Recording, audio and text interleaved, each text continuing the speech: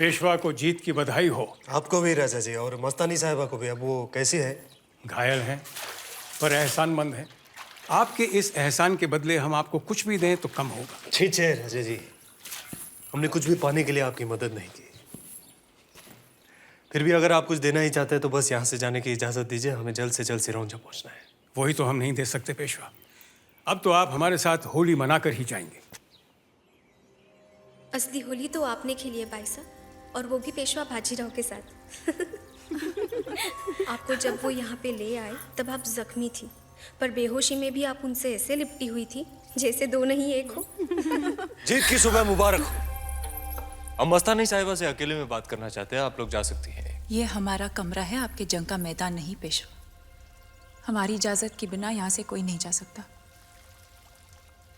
सुना नहीं आपने? हमारी इजाजत के बिना यहाँ से कोई नहीं जा सकता। और वैसे भी आपके साथ अकेले रहने में खतरा भी हो सकता है। क्यों अचानक हम पे भरोसा नहीं है? खुद पे एतबार नहीं, राजपूत है, कहीं आपके वार का बदला ना ले बैठे। हक है आपका, आपने जान बचाई है हमारी। आपने हमारा मुल्क बचा है। मस्तानी साहिबा, आपके लिए हमारी जान भी हासिल है। फिर तो ये हिसाब अकेले में ही करना होगा।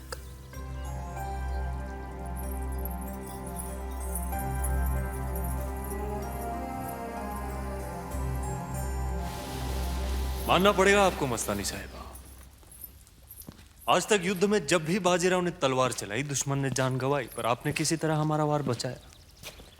यकीन है घाव काफी गहरा होगा। वही घाव देखने आए हैं, दिखाइए। राजपूत अपने घाव दूसरों को नहीं दिखाते।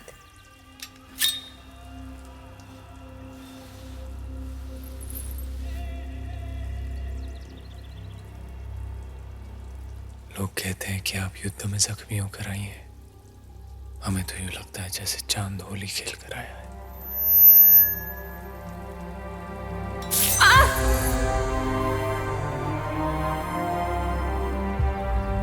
जहर फैले ना, इसलिए घाव जलाना पड़ा। हमने आपका घाव देख लिया मस्तानी साहिबा, अब आप राजपूत नहीं रही। आपने तो सिर्फ अपने वार का निशान देखा, घाव तो कहीं और है। दिल तो पेशवा के पास भी है।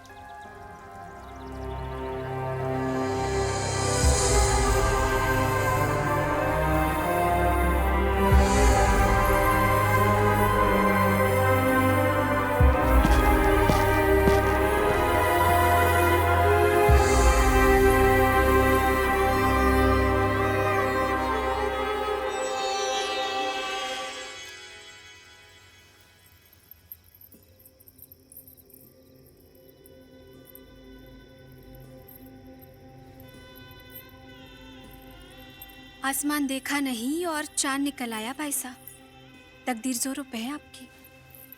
पेशवा जी ने पान मंगवाया है, लो आप ही दे आओ। इसी बहाने में अब बहाने की जरूरत नहीं है। ये कटार पेशवा ने दी है। या अल्लाह, और अपने ले ली भाई साहब। आप जानती है ना इसका मतलब क्या होता है? बुंदेलखंड में लड़की का ब्याह कटार से भी होता है। तो क्या आपने ये कटार कबूल कर ली? कबूल कर लिया। और उन्होंने?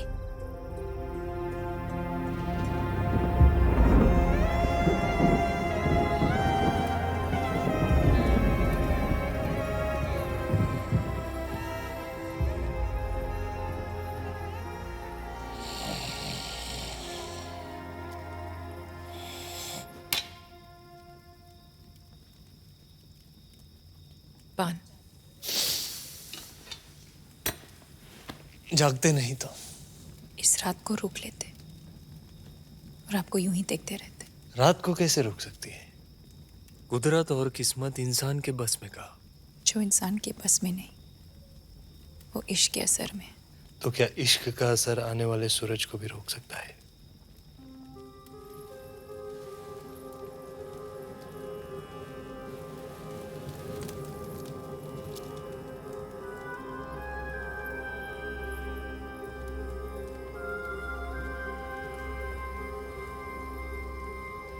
लो रोक लिया। पान खा लीजिएगा, वरना हम बिन बात बदनाम हो जाएंगे। मस्तानी साहिबा, हम कल चले जाएंगे। तो हम शायद फिर कभी ना मिले। तुझे याद कर लिया है आयत की तरह। अब तेरा जिक्र होगा इबादत की तरह।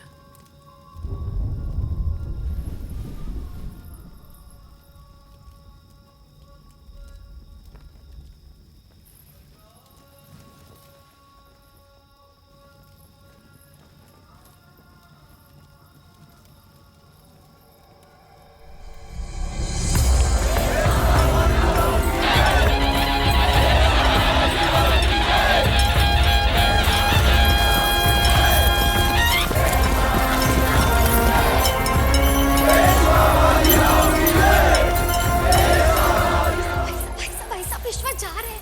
सारा बुंदेलखंड उन्हें विदा करने इकट्ठा हुआ है और एक आप है जो यहाँ बैठी हुई है। चलिए चलिए। इतना गुरूर अच्छा नहीं है भाई साहब। गुरूर नहीं, इसे मोहब्बत कहते हैं। है अल्लाह, ये कैसी मोहब्बत है कि वो वहाँ जा रहे हैं अगर और हमने उन्हें जाते हुए देख लिया तो उनके साथ हमारी जान भी चली जाएगी। अल्लाह ना करे पर ये मुलाकात अधूरी रह जाएगी। अधूरी मुलाकात ही तो फिर से मिलने का वादा होता है। और तकदीर ने मिलने का मौका ही नहीं दिया तो?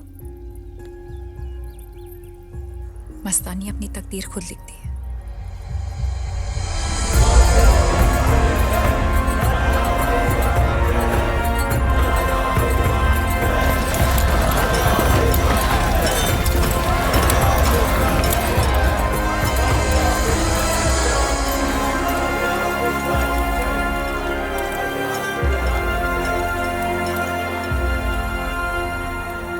ये सच है कि पेशवा ने हम पर बहुत बड़ा एहसान किया है, पर सौगात के साथ हम मस्तानी को पुनः नहीं भेजेंगे राजा जी। हम मानते हैं कि शास्त्र के मुताबिक हमारी शादी नहीं हुई है। मैं मुसलमान, आप राजपूत। पूना और जाने का फैसला हमारा है।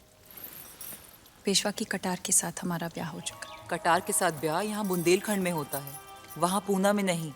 और ये मत भूलो मस्तानी, पेशवा ब्राह्मण है और तुम मुसलमान। उसकी रगों में राजपूत खून भी तो बहता है। वो अल्लाह की इबादत भी करती है और कृष्णा की पूजा भी। कभी राजनीति के नाम पर जोधा भी गई थी। आज मोहब्बत के नाम पर मस्तानी जा रही है। उसे मत रोको।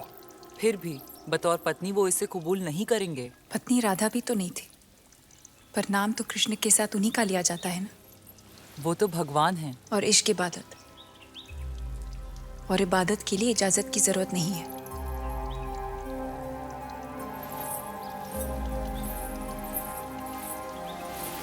अल्लाह तुम्हारी सारी मुराद पूरी करे। आबाद रहो।